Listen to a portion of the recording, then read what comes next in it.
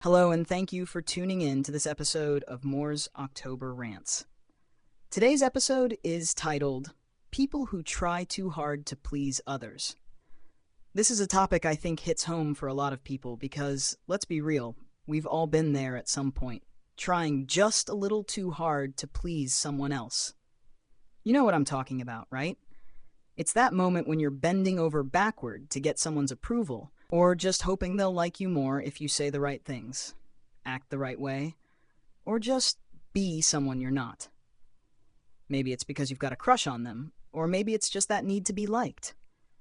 It's funny how the human mind works, isn't it? We all want to be liked. It's basically hardwired into us. We crave that connection, and when we're not getting it, we try to change ourselves to fit whatever mold we think will make people love or accept us. I mean, who doesn't want to be liked? It's a totally natural instinct. But the problem is, when we start going out of our way, when we start overcompensating or trying too hard, it can backfire in ways we didn't expect.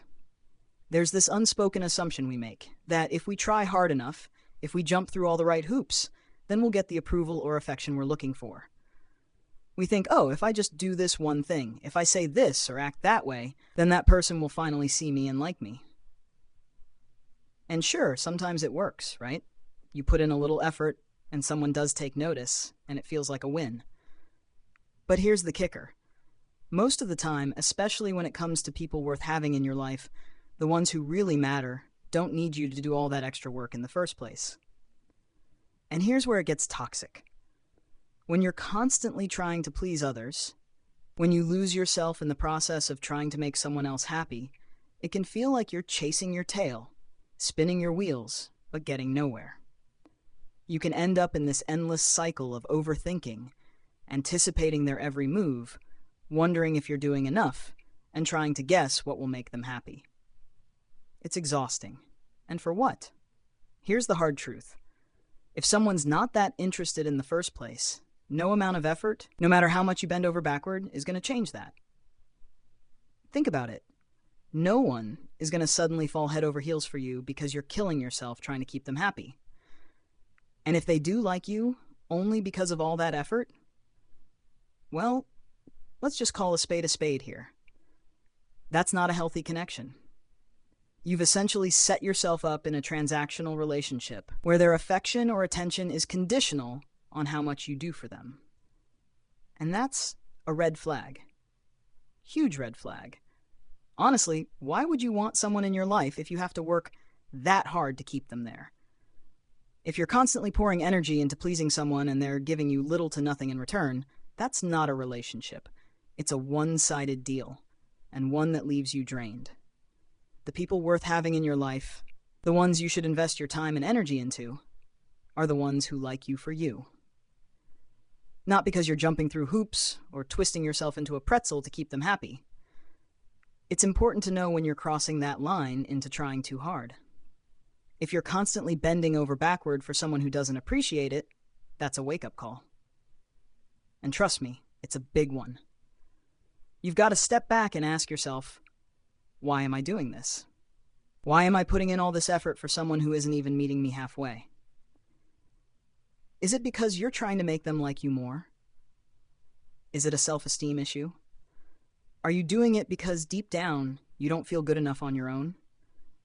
Because honestly, a lot of the time when we're going overboard trying to please others, it's more about us than it is about them. It's about insecurity, about wanting to fill that gap of validation we're not giving ourselves. And that's a hard truth to face. But once you do, it's a game changer. I know for me, back in the day, I really struggled with this. I used to be all about trying to fit in, especially when it came to social groups. I'd find myself in group chats, trying to mold myself to what I thought everyone wanted me to be. This was maybe 5 years ago or so, and I was just constantly trying to get people to like me. I thought that meant I had to agree with things I didn't believe in or laugh at jokes that weren't funny. I'd hold back on showing my real personality because I was terrified that if people saw the real me, they wouldn't like what they saw. And it worked. Sort of. I mean, people accepted me, but they weren't really accepting me. They were accepting this watered-down, edited version of who I thought I needed to be. And let me tell you, that feeling sucks. Because at the end of the day, I wasn't being authentic. I was this hollow version of myself, and it didn't feel good. It felt fake, because it was fake. And the worst part, even after all that effort, it still didn't feel like enough. I was exhausted, emotionally drained, and I still didn't feel like I truly fit in. It wasn't until I started focusing on being true to myself that things changed. Once I let go of the need for constant approval, once I stopped trying so hard, I started finding people who liked me for me. And that's the key. When you stop trying to please everyone, the right people will stick around.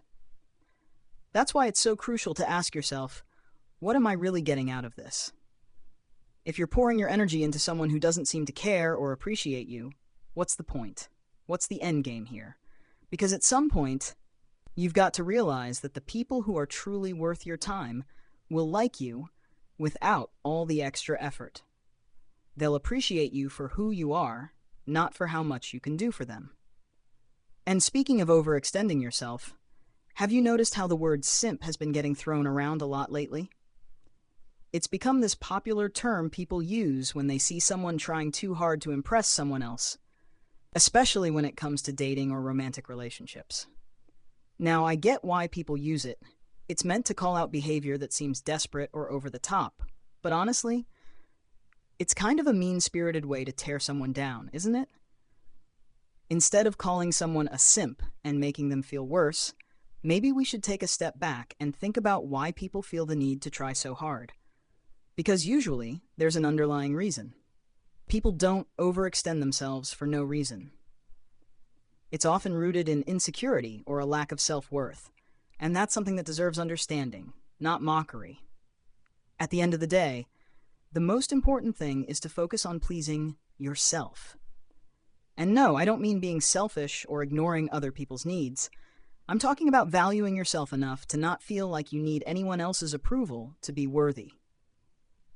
You've got to learn to take care of yourself, to meet your own needs, and to love yourself enough that you don't have to bend over backward for someone else's validation. When you do that, when you realize that you're enough just as you are, you won't feel the need to overextend yourself anymore. The people who like you will like you for you, not for how much you try to please them. So, here's the takeaway. Don't lose yourself trying to make someone else happy. It's not worth it, and in the long run, it only leaves you feeling empty. Keep things balanced, and if you ever catch yourself trying too hard, take it as a sign to look inward. Ask yourself what you really need, and remember that you don't have to please anyone else to be worthy. Thanks again for tuning in to this episode of Moore's October Rants. I hope this gave you something to think about. Take care of yourselves, and remember, you don't need to please anyone else to be worthy. Signing out. Have a good one, guys. Goodbye.